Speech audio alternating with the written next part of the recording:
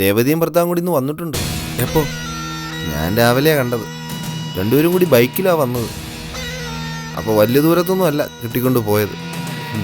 ഞാൻ അറിഞ്ഞത് റാന്നിയിലാണെന്നാ. ഏയ്, റാന്നിയിലൊന്നും ആവാൻ വഴിയില്ല. അത്രയും ദൂരത്തുനിന്ന് ബൈക്കിലൊക്കെ ഇവിടം വരെ വരുമോ? കല്യാണം കഴിഞ്ഞ മോടിയല്ലേ, തട്ടിയും മുട്ടയ്ക്ക് ഇങ്ങ് പോന്ന് കാണും. ഓ, ദേ അവർ വരുന്നുണ്ട്. തിരിച്ചു പോകുന്നതായിരിക്കും.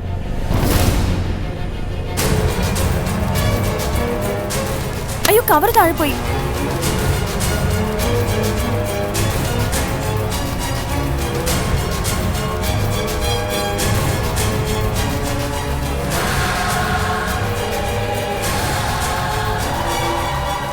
നിങ്ങളുടെ കല്യാണത്തിന് വരാൻ കഴിഞ്ഞില്ല, ഞാൻ നാട്ടിലില്ലായിരുന്നു.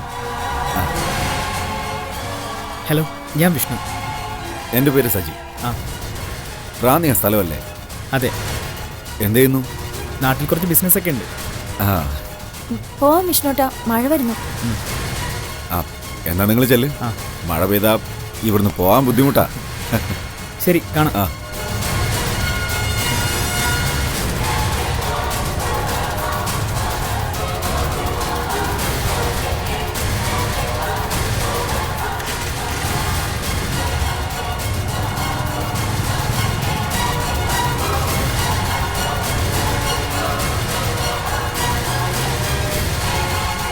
കാണാം. വൈകാതെ നമ്മൾ കാണും.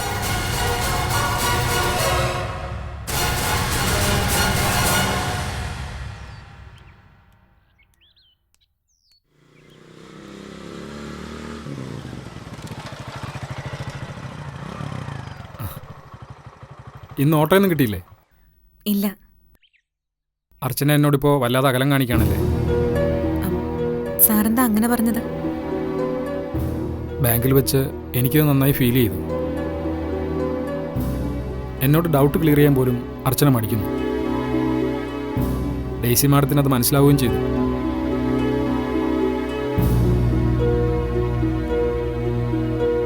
എനിക്കത് വിഷമമുണ്ടാക്കി. ഞാൻ അർച്ചനയ്ക്കൊരു ബുദ്ധിമുട്ടായതുപോലെ. അതൊക്കെ സാറിന്റെ തോന്നല. പിന്നെ സാറിനെ ഫേസ് ചെയ്യാൻ എനിക്ക് കുറച്ച് പ്രയാസം തോന്നി, അത് സത്യ. അതിന് മാത്രം ഇപ്പം എന്താ ഉണ്ടായത്? ഞാൻ അർച്ചനയോട് പ്രണയാഭ്യർത്ഥനയൊന്നും നടത്തിയില്ലല്ലോ. ഒരു പ്രപ്പോസൽ മാത്രമല്ലേ ഉണ്ടായിട്ടുള്ളൂ. അതെ സർ. നാട്ടിൽ നടക്കുന്ന കാര്യങ്ങളല്ലേ അതൊക്കെ. ഒരു പെൺകുട്ടിയെ കണ്ട് അട്രാക്ഷൻ തോന്നിയ ഒരു പ്രപ്പോസലായി മുന്നിൽ വയ്ക്കും. സ്വീകരിക്കുകയോ നിരസിക്കുകയോ ഒക്കെ ചെയ്യാം. കല്യാണം എന്നൊക്കെ പറയുന്നത് ഒരു ഭാഗത്തുനിന്ന് മാത്രം തീരുമാനിച്ച പോരല്ലോ. അർച്ചന അതിൽ താല്പര്യം കാണിച്ചില്ല, അതവിടെ തീർന്നു. ഞാനതിനെ അങ്ങനെ കണ്ടിട്ടുള്ളൂ.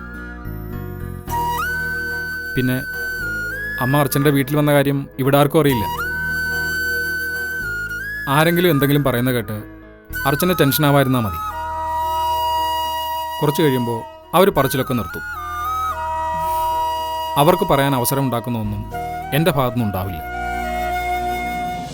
നമുക്ക് നല്ല സുഹൃത്തുക്കളും സഹപ്രവർത്തകരുമായി ഇവിടെയുള്ള കാലത്തോളം മുന്നോട്ട് പോവാം. ജീവിതം എന്ന് പറയുന്ന ഒരു യാത്രയല്ലേ. ആരെയെല്ലാം നമ്മൾ കണ്ടുമുട്ടുന്നു, വഴി പിരിഞ്ഞു പോകുന്നു. അതിനിടയിൽ ഇതൊരു നിസ്സാര കാര്യം മാത്രമാണ്.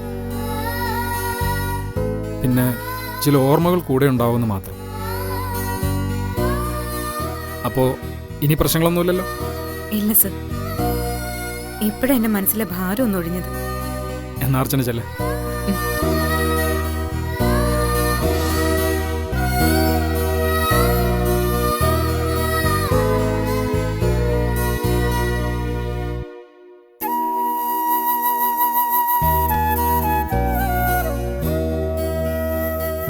മോളെ, കാർത്തി ചേച്ചി, ഈ ചായ കുടിക്കും. ഇന്ന് സുന്ദരിയായിരിക്കുന്നല്ലോ. കാർത്തി ചേച്ചി എന്നും ഇങ്ങനെ സന്തോഷത്തിൽ കാണാനാ എനിക്കിഷ്ടം. ഇനി ഓരോന്നോർത്ത് വിഷമിച്ചിരിക്കരുത് കേട്ടോ. മോളുടെ കുഞ്ഞ് അവന്റെ അച്ഛന്റെ കൂടെ സന്തോഷത്തോടെ കഴിയുന്നുണ്ടെന്ന് അറിഞ്ഞപ്പോഴാ എനിക്ക് സമാധാനമായത്. ആ സമാധാനത്തിലല്ലേ ചേച്ചി ഞാനിവിടെ ജീവിക്കുന്നത്. ഒരമ്മയിൽ നിന്ന് കിട്ടേണ്ട എല്ലാ വാത്സല്യവും കൊടുത്ത നിരഞ്ജൻ അവനെ വളർത്തുന്നത്. അവന്റെ അച്ഛൻ സുധിയാണെന്ന് അവൾക്കറിയാം. കുഞ്ഞിനെ ഒന്ന് കാണാൻ മോക്ക് ആഗ്രഹമില്ലേ? എന്റെ മനസ്സിൽ അവന്റെ മുഖം മാത്രമേ ഉള്ളൂ. ഞാനിപ്പോഴും ജീവിച്ചു പോകുന്നത് അവനോടൊപ്പമുള്ള ഓർമ്മകളിലാണ്. ഇനിയുള്ള ജീവിതത്തിൽ അങ്ങോട്ടും എനിക്കത് മതി. ആ, പിന്നെ കാർത്തി ചേച്ചിക്ക് വന്ന മാറ്റുക എന്നെ ഇപ്പൊ സന്തോഷിപ്പിക്കുന്നത്. മോക്ക് രാത്രി കഴിക്കാൻ എന്താ വേണ്ടേ? കാർത്തി ചേച്ചി ഉണ്ടാക്കി തരുന്നത് എന്തും എനിക്കിഷ്ടമാണ്.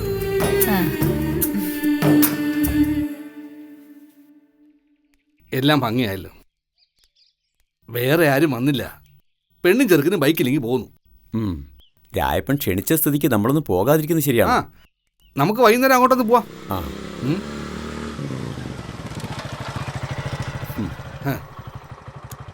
നിന്റെ അച്ഛന് അടുത്ത കാലത്ത് അങ്ങനെ നാട്ടിൽ വരാൻ പറ്റൂടെ? അത് പിന്നെ അച്ഛനെ പുറത്തിറക്കാനുള്ള ശ്രമങ്ങളൊക്കെ നടത്തുന്നുണ്ട്. ഞങ്ങളെല്ലാം കൂടെ പറഞ്ഞിട്ടാ രായപ്പൻ നിന്റെ കേസിൽ നിന്ന് ഒഴിവാക്കിയത്. ദേ, ഇനി മാനം മര്യാദയായിട്ട് ജീവിച്ചാ നിനക്ക് കൊള്ളാം. ഇനി നീ എന്തെങ്കിലും പ്രശ്നങ്ങൾ ഉണ്ടാക്കിയ ഈ നാട്ടുകാരൊക്കെ ഒറ്റക്കെട്ടായി തിരിയും. ദേ, വാച്ചത് പറഞ്ഞ കേട്ടല്ലോ. ഞാനൊരു ജോലിക്ക് ശ്രമിച്ചുകൊണ്ടിരിക്കുക.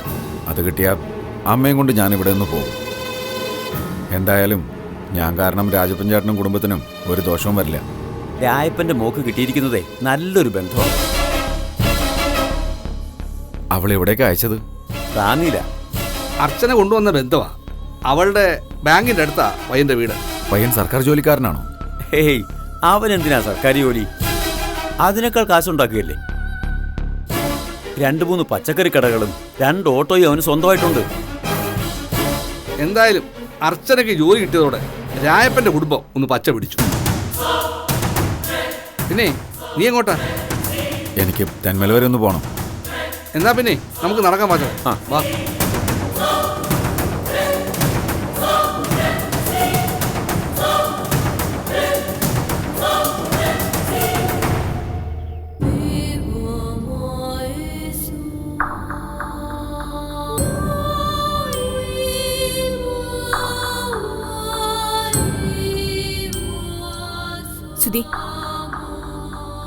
സുധിയുടെ അച്ഛൻ എന്നെ വിളിച്ചിരുന്നു.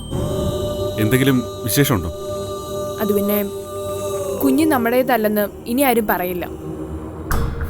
അത് പറയാനാണോ അച്ഛൻ വിളിച്ചത്? നമ്മളോട് നാട്ടിലേക്ക് ചെല്ലാനാ അച്ഛൻ ആവശ്യപ്പെട്ടത്. കുഞ്ഞിന്റെ കാര്യത്തിൽ ഇനി ഒരു ഒളിച്ചുകളി വേണ്ട. അത് അച്ഛൻ അങ്ങനെ പറയാൻ കാരണം. നാട്ടിലേക്ക് ചെന്നിട്ട് ഉള്ള സ്വസ്ഥത കൂടി ഇല്ലാതാകാൻ വേണ്ടിയിട്ടാണോ? എവിടെ പോയല്ല സുധിക്ക് സ്വസ്ഥത കിട്ടുന്നേ? സ്വസ്ഥത വേണമെങ്കിൽ അത് കുടുംബത്തിൽ നിന്ന് കിട്ടണം. കുടുംബം വിട്ടു കളിക്കുന്ന ആർക്കും അങ്ങനെ ഒരു അനുഭവം ഉണ്ടാവില്ല. ഞാൻ എവിടേക്കും ഇല്ല. നിരഞ്ജനയ്ക്കും കുഞ്ഞിനും വേണമെങ്കിൽ പോവാം.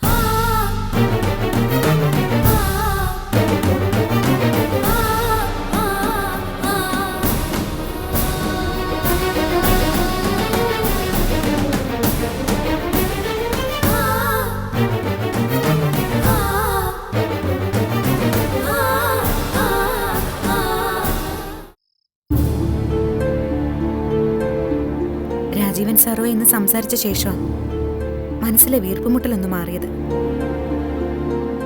അതൊരു പ്രപ്പോസലായി കാണാനുള്ള മനസ്സ് സാർ കാണിച്ചു. എന്തൊക്കെ പറഞ്ഞാലും അത് തള്ളിക്കളയാൻ പാടില്ലായിരുന്നു. അത് അവിടെ കൊണ്ട് തീർന്നു, അത്രേ ഉള്ളൂ. പിന്നെ ഞാൻ ഇന്ന് വരെ കാർത്തി ചേച്ചിയോട് ചോദിക്കാത്തൊരു ചോദ്യമുണ്ട്. ചേച്ചിയെ ഇങ്ങനൊരവസ്ഥയെ കാണേണ്ടി വരുമെന്ന് ഞാൻ ഒരിക്കലും കരുതിയിരുന്നില്ല. എന്താ പിന്നീട് ചേച്ചിയുടെ ജീവിതത്തിൽ സംഭവിച്ചത്? എന്നോടൊന്ന് പറഞ്ഞൂടെ?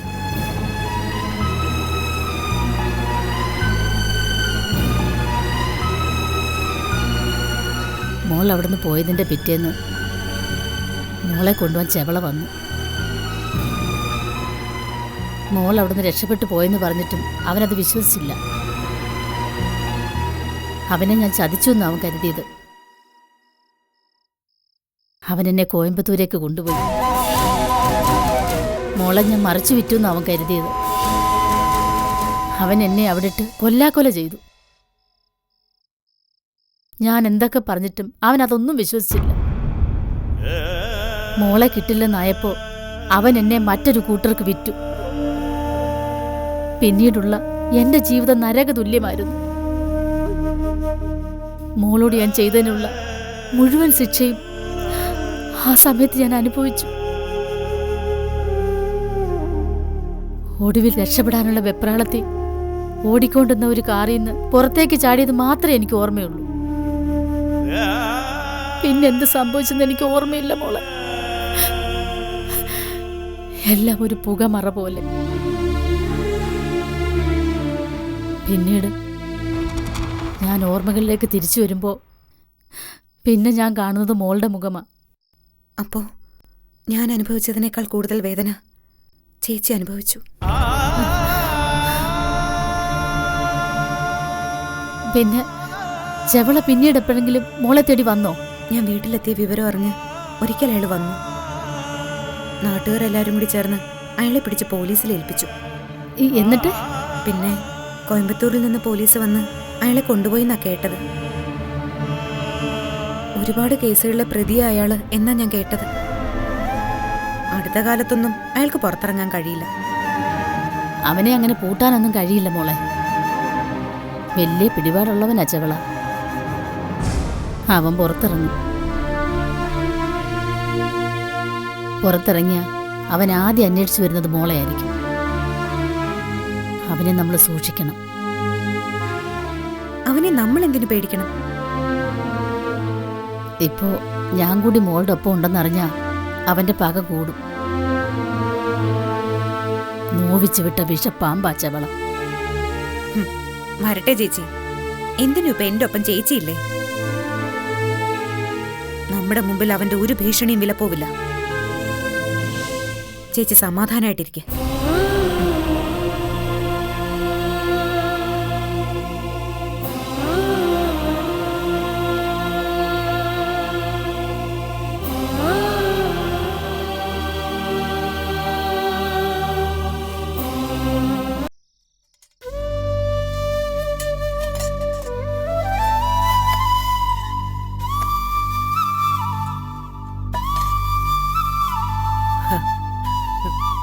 നിങ്ങളെന്താ എത്ര വൈകി? ഓട്ടം കഴിഞ്ഞ് എത്തണ്ടടി. ആ അമ്പിളി ഉറങ്ങിയോടി? ആ, അവൾ ഉറങ്ങി. അതെ, വീണ്ടും നിങ്ങൾ ലോറി പണിക്ക് പോകുന്ന വിവരം പിള്ളേരറിഞ്ഞിട്ടില്ല. അച്ഛനെന്തോ ആവശ്യത്തിന് പോയെന്നാ ഞാൻ അമ്പിളിയോട് പറഞ്ഞേ. പിന്നെ ഞാനെന്താടി വീട്ടിൽ തന്നെ ചടഞ്ഞിരിക്കണോ? ഇനിയിപ്പോ ലോറി പണിക്ക് പോയി കുടുംബം നോക്കേണ്ട കാര്യമൊന്നും നിങ്ങൾക്കില്ലല്ലോ. മാസം തോറും അർച്ചന 10,000 രൂപ വെച്ച് വീട്ടു ചെലവിന് അയച്ചു തരുന്നുണ്ടല്ലോ. നിങ്ങള് ലോറി പണിക്ക് പോകുന്നതിനോട് വിഷ്ണുവിനും വലിയ താല്പര്യമൊന്നുമില്ല. അവനത് രേവതിയോട് പറഞ്ഞു. 14-ാം വയസ്സില് വണ്ടിപ്പണിക്ക് ഇറങ്ങിയാടി ഞാൻ. വളയം പിടിച്ച രാജപ്പൻ ഈ കുടുംബം ഇതുവരെ പോറ്റിയത്. മരിക്കും വരെ രാജപ്പന്റെ ചോറതാ. മുമ്പൊന്നും നിന്റെ മക്കൾക്കില്ലാത്ത നാണക്കേട് ഇപ്പോഴെവിടുന്നുണ്ടായിടി? ഒരാള് ഉദ്യോഗസ്ഥയായി, മറ്റൊരാൾ കല്യാണം കഴിഞ്ഞപ്പോൾ അത്യാവശ്യം കാശുകാരിയായി. ഇനിയിപ്പോ അച്ഛന്റെ പണിയൊക്കെ അവർക്ക് പരമ പുച്ഛമായി തോന്നും. മക്കളൊരു നിലയിലെത്തിക്കഴിഞ്ഞ എന്നെ പോലുള്ള അച്ഛന്മാര് കേൾക്കുന്ന പഴിയായത്. പക്ഷെ എനിക്ക് മാറാനൊന്നും പറ്റില്ല. ഞാൻ ഇങ്ങനെയൊക്കെ തന്നെ അങ്ങ് പോവും.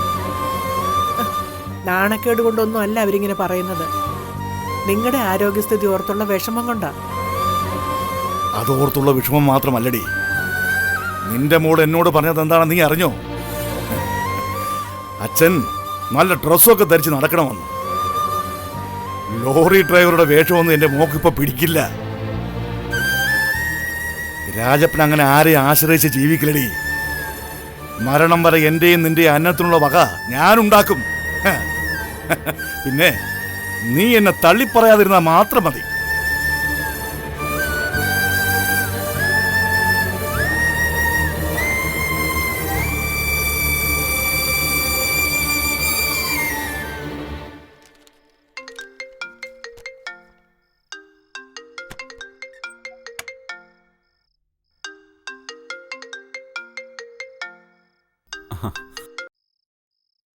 Hello sir. Hello Sudhi. Sir എന്തെങ്കിലും വിവരം കിട്ടിയായിരുന്നു? വീട്ടിലെത്തിയിട്ട് സുധിയെ വിളിക്കാമെന്ന് കരുതി. ഇപ്പോഴാ ഓർത്തത്. അർച്ചനയെന്നല്ലേ സുധി പറഞ്ഞത്?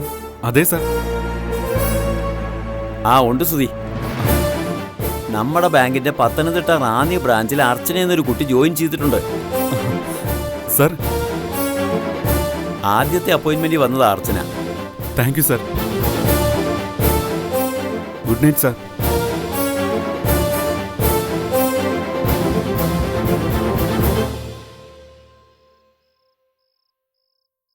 എന്താ സുധി? നത്തിങ്. ഒന്നുമില്ല. അല്ല, എന്തോ ഉണ്ട്. ഒരു കോള് വരുമ്പം സുധി എന്തിനാ ഇത്ര എക്സൈറ്റഡ് ആവുന്നേ? എന്നെ സംബന്ധിച്ച് പല കാര്യങ്ങളും കാണും. നിരഞ്ജൻ അതിൽ ഇടപെടണ്ട. പിന്നെ ഞാനല്ലാതെ വേറെ ആരാ സുധിയുടെ കാര്യത്തിൽ ഇടപെടുന്നത്? വേണ്ട. എനിക്ക് വേണം. എനിക്കതറിയണം. സുധി ഇത്രയും എക്സൈറ്റഡ് ആയ ന്യൂസ് എന്താണെന്ന്. നിരഞ്ജന, നീ ഒച്ച വെച്ചിട്ടൊന്നും കാര്യമില്ല. അത് കേട്ടിട്ട് ഞാൻ പേടിച്ച് പോവാനും പോകുന്നില്ല. എനിക്കത് അറിഞ്ഞേ തീരൂ. അതിനെനിക്ക് അവകാശമുണ്ട്. എന്തവകാശം? എന്തവകാശം നിരഞ്ജനയ്ക്കുള്ളതെന്ന്? ഇതിന്റെ അവകാശം, ഈ താലിയുടെ അവകാശം.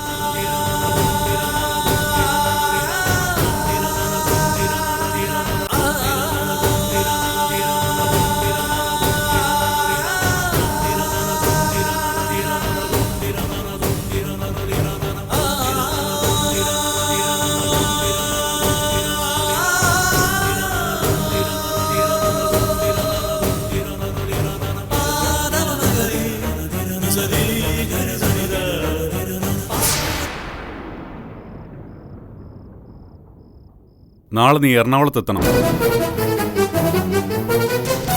അതൊന്നും എനിക്കറിയണ്ട. നീ വാ, എല്ലാം ഞാൻ പറയാം.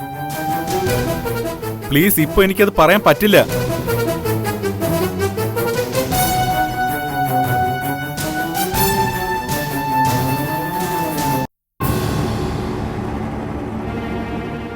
അത് അർച്ചനയാണെന്ന് നമുക്കിപ്പോഴും ഉറപ്പ് പറയാൻ കഴിയില്ല. അയാളാകെ പറഞ്ഞത് അർച്ചന എന്ന് മാത്രം.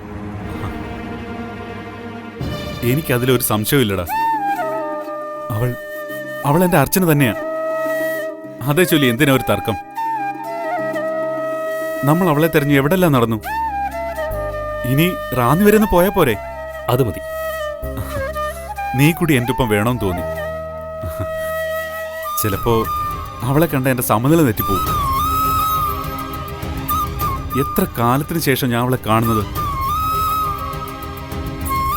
ഒന്ന് കാണാൻ കൊതിക്കാത്ത ഒരു നിമിഷം പോലും സുധിയുടെ ജീവിതത്തിലൂടെ കടന്നു പോയിട്ടില്ല. ഞാൻ എന്റെ അർച്ചനയുടെ മുമ്പിൽ എത്തുന്നു. ദൈവം അവളെ എന്റെ മുന്നിൽ കൊണ്ട് എത്തിച്ചേരുന്നു. നീ വാട ശബരി, നമുക്ക് അങ്ങോട്ട് പോവാം. എന്താടാ, നീ വരുന്നില്ലേ? ഇപ്പൊ ഞാൻ മാത്രമേ പോകുന്നുള്ളൂ. നീ വരുന്നില്ല. ഞാൻ വരുന്നില്ലെന്നോ? അത് നീയാണോ തീരുമാനിക്കുന്നത്? ഇപ്പോ നീ അവളുടെ മുന്നിൽ ചെന്നാ നിന്റെ മാനസിക നില എന്താവുന്ന പോലും നിനക്ക് നിശ്ചയമില്ല. ഒരു എടുത്തുചാട്ടമല്ല വേണ്ടത്. നമ്മൾ കരുതലോടെ നീങ്ങണം. അർച്ചനയിൽ പെട്ടെന്നൊരു ഷോക്ക് ഉണ്ടാവാൻ പാടില്ല. ഞാൻ വരണ്ടെന്നാണോ നീ പറയുന്നത്? നീ തന്നെ ഒന്ന് ആലോചിച്ച് നോക്ക്. നിന്റെ കടന്നുവരവ് പടിപടിയായി വേണം. ആദ്യം അവിടെ ഉള്ളത് നമ്മൾ തിരയുന്ന അർച്ചനയാണോന്ന് അറിയണം. പിന്നെ അവൾ വിവാഹിതയാണോന്ന് നമുക്കിപ്പോഴും അറിയില്ല. അങ്കിൾ ഒരുപക്ഷെ അവളെ വെറുതെ വിട്ടത് അതുകൊണ്ടായിക്കൂടെ? പിന്നെ അറിയേണ്ടത് അവൾ ഇവിടെ താമസിക്കുന്നു എന്നതാണ്. ഇതൊക്കെ ഞാൻ പോയി അന്വേഷിച്ചിട്ട് വരാം. അതുവരെ നീ ഒന്ന് പിടിച്ചു നിൽക്കുക. അല്ല എടാ ശബരി, അത് ഞാൻ പറയുന്നത് നീ ഒന്ന് അനുസരിക്കടാ. ഇത്രയും കാലം നീ കാത്തിരുന്നില്ലേ? ഇനി ഒരു ദിവസം കൂടെ ക്ഷമിച്ചൂടെ? ഒരു ദിവസത്തിന് ഒരു ആയുസിന്റെ ദൈർഘ്യം ഉണ്ടടാ. നീ വീട്ടിലേക്ക് ചെല്ല. ഞാൻ അവിടെ പോയിട്ട് വന്ന നിന്നെ കണ്ടിട്ടേ ഞാൻ തിരിച്ചു പോകും. അപ്പൊ ശരി, ചെല്ല. ശരി ശബരി.